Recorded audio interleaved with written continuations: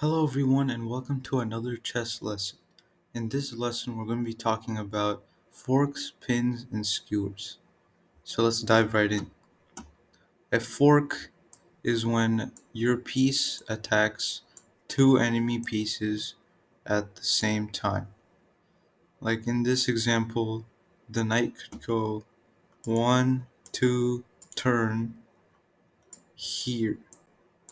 And you can see it's attacking this rook and this rook at the same time. And we call this a fork, is when your piece is attacking two enemy pieces at the same time. It could also be attacking more than two, like this example. It's attacking one, two, three, four pieces. So that's what a fork is. A fork is when your piece attacks two or more enemy pieces. Okay, so that's a fork. A pin is when, actually, let me move it over. A pin is when a piece is in front of the enemy king. There's an enemy piece in front of its own king, and it's blocking the line of fire from your piece. So you can see the queen is staring down this line here, but it's not getting to the king yet. It's looking at the bishop right now. What a pin is, though, is that if the bishop moved, this would be check. You can see the queen is now aiming at the king.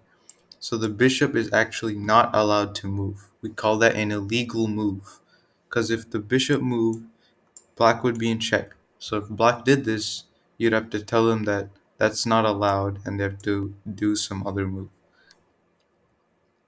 So this is what a pin is. It's when it's one straight line, your piece stares down the line at the enemy king, and they have a piece between your piece and the king.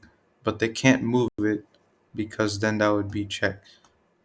It also doesn't have to be the king. It could be like this. This example, this knight is in a pin. You see the bishop staring down this diagonal. If the knight moved, you could take the queen. So it's not an illegal move. They can still move the knight, but it's a bad move for them. So that's what a pin is. A skewer is the opposite of a pin. It's where the more important piece is in front, like this, when the rook is staring down the line, and you can see this is a check.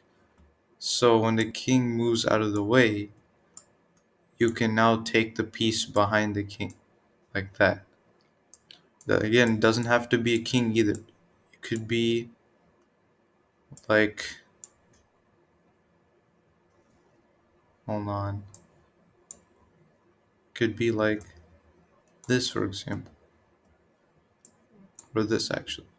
If they move out of the way, you see if they don't move, you could take the queen. So if they move out of the way like that, you can take the piece behind it. Notice that they also can take your bishop or they can move somewhere to defend the rook, but this is all that a skewer is.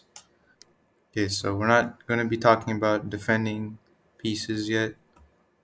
We just need to know what a skewer is.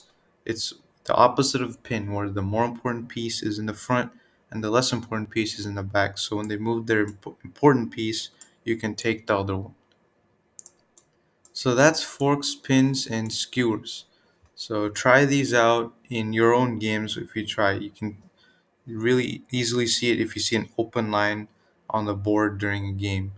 And try out these tactics and see if they help you win. And I'll see you in the next lesson.